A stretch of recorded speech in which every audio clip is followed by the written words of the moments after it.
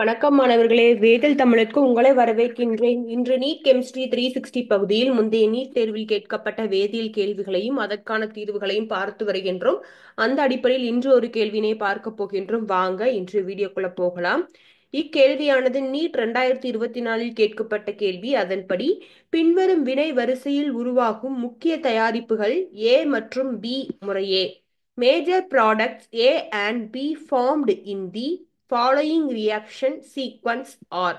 அதாவது கீழே ஒரு வினை கொடுத்துருக்காங்க, அதாவது ஒரு ஆல்கஹால் கொடுத்துருக்காங்க. இந்த ஆல்கஹால் பாஸ்பரஸ் ட்ரை புரோமைடோட வினை புரியும் போது நம்மளுக்கு மேஜர் ப்ராடக்ட் ஏ அப்படிங்கிறது ஒன்று கிடைக்குது. அதை தான் நம்ம கண்டுபிடிக்கணும். இன்னொன்று, இந்த ஏ கண்டுபிடிச்ச இந்த ஏ ப்ராடக்டோட ஆல்கஹாலிக் பொட்டாசியம் ஹைட்ராக்சைடை வினைப்படுத்தும் போது ப்ராடக்ட் பி அப்படிங்கிற ஒன்று கிடைக்குது.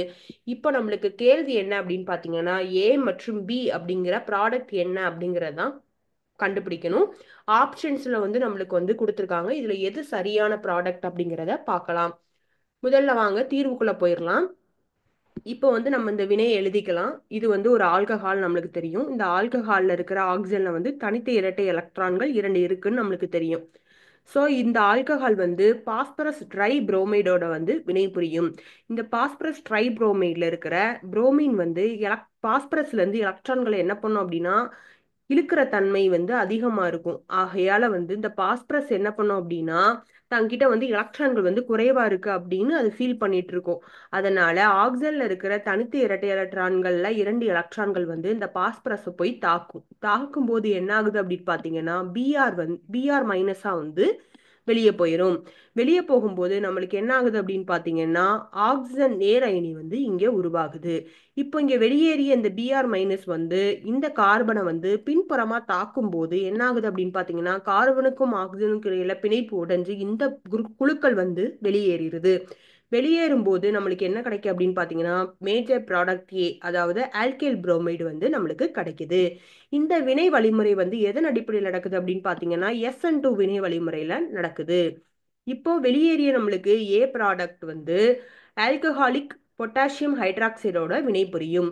இப்போ இந்த ஏ ப்ராடக்டை நம்ம எப்படி எழுதிக்கலாம் அப்படின்னா நம்ம வசதிக்கு ஏற்ற மாதிரி ஹைட்ரஜனை வெளியே எழுதிக்கலாம். இப்போ இந்த ஆல்கஹாலிக் KOH எவ்வாறு பிரியும் அப்படின்னு பாத்தீங்கன்னா K பிளஸ் ஆவும் OH மைனஸ் ஆவும் பிரியும் அப்படிங்கிறது நம்மளுக்கு தெரியும். இப்போ இந்த OH மைனஸ் இந்த ஹைட்ரஜனை எடுத்துக்கிடுது. எடுக்கும் போது என்ன ஆகுது அப்படின்னு பாத்தீங்கன்னா வாட்டரா வெளியே போயிருது. இப்போ இந்த ஹைட்ரஜனுக்கும் கார்பனுக்கும் இடையில பிணைப்பு உடைஞ்சு நம்மளுக்கு இந்த எலக்ட்ரான்கள் இங்க நகருது. நகரும் போது என்ன ஆகுது அப்படின்னு பாத்தீங்கன்னா இங்க இரட்டை பிணைப்பு உருவாகிறது. இந்த பிஆர் மைனஸ் இங்க வெளியே போயிருது. இப்போ இந்த வெளியேறின இந்த பிஆர் மைனஸ் கே பிளஸோட சேர்ந்து கேபிஆராவும், அதாவது பொட்டாசியம் புரோமைடா வெளியேறிடுது. இப்போ நம்மளுக்கு என்ன ப்ராடக்ட் கிடைக்குது அப்படின்னு பாத்தீங்கன்னா ஆல்கின் ப்ராடக்ட் நம்மளுக்கு கிடைக்குது. இந்த வினை என்ன அப்படின்னு பாத்தீங்கன்னா E2 எலிமினேஷன், அதாவது இது ஒரு நீக்க வினை. இது ஒரு சேவ் ப்ராடக்ட். உங்களுக்கு ஒரு சந்தேகம் வரலாம், இந்த பீட்டா கார்பன் ஏன் இந்த வினையில ஈடுபடலை அப்படின்னு உங்களுக்கு ஒரு சந்தேகம் வரலாம். இப்போ பார்த்தீங்க அப்படின்னா இந்த OH மைனஸ் இந்த பீட்டா கார்பன்ல இருக்கிற ஹைட்ரஜனை எடுத்துக்கிட்டுச்சு அப்படின்னா என்ன ப்ராடக்ட் நம்மளுக்கு கிடைக்கும் அப்படின்னு பார்த்தீங்கன்னா இந்த மாதிரியான ஒரு ப்ராடக்ட் கிடைக்கும். இப்போ பொதுவாக அந்த அல்கின் குரூப்பை சுற்றி அதிக அளவு அல்கைல் குழுக்கள் இருந்துச்சு அப்படின்னா அதுதான் அதிக நிலைப்புத்தன்மை பெற்றிருக்கும். இப்போ இந்த ப்ராடக்டை பார்த்தீங்க அப்படின்னா இந்த ப்ராடக்ட்ல இந்த அல்கீன் குரூப் இருக்கு இல்லையா, இதை சுற்றி எத்தனை அல்கைல் குரூப் இருக்கு அப்படின்னு பார்த்தீங்கன்னா 1 2 3 அல்கைல் குழுக்கள் இருக்கு. இதுவே இந்த ப்ராடக்டை பார்த்தீங்க அப்படின்னா இந்த அல்கீன் குரூப்பை சுற்றி 1 2 அல்கைல் குழுக்கள் மட்டும்தான் இருக்கு. ஆகையால இது குறைந்த அளவு நிலைப்புத்தன்மை தான் பெற்றிருக்கும். ஆகையால இந்த நீக்க வினையின் போது என்ன ஆகும் அப்படின்னு பாத்தீங்கன்னா அதிக அளவு நிலைப்புத்தன்மை இருக்கிற ப்ராடக்ட் தான் நம்மளுக்கு உருவாகும். அப்போ இது உருவாகாது. வாங்க கேள்விக்குள்ள போகலாம். இன்னைக்கு கேள்வி என்ன அப்படின்னு பாத்தீங்கன்னா பின்வரும் வினை வரிசையில் உருவாகும் முக்கிய தயாரிப்புகள் ஏ மற்றும் பி முறையே. அதாவது கீழே கொடுக்கப்பட்ட வினையின்படி நம்மளுக்கு ப்ராடக்ட் ஏ மற்றும் பி என்ன அப்படின்னு பாத்தீங்கன்னா ஆப்ஷன் ஏ தான்.